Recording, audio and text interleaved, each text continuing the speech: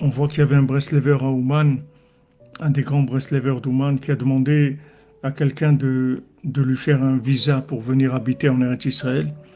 À l'époque, il y avait le rideau de fer, il ne pouvait pas sortir après la Première Guerre mondiale.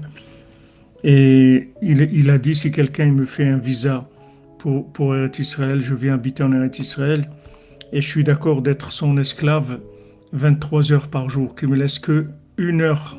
Je demande 1 heure par jour, c'est tout. Le reste, 23 heures, je serai son esclave.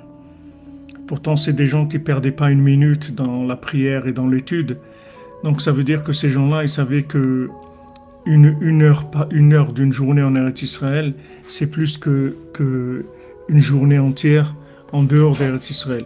Donc Eretz Israël, c'est un concentré. C'est un concentré, vous voyez le degré de violence des choses. C'est pas commun dans le monde. Il y a ça nulle part dans le monde. Que des gens ils se font massacrer comme ça dans une fête. Ils étaient 3000 et ils se font massacrer comme ça d'une façon tellement horrible et des atrocités tellement. Il n'y a pas ça dans le monde. C'est rare de trouver ça dans le monde actuellement, on va dire dans, ce, dans cette époque qu'on vit, de trouver des choses d'une violence tellement grande. Mais c'est le niveau de la spiritualité qui est en Eretz Israël. De là, on peut apprendre le contraire.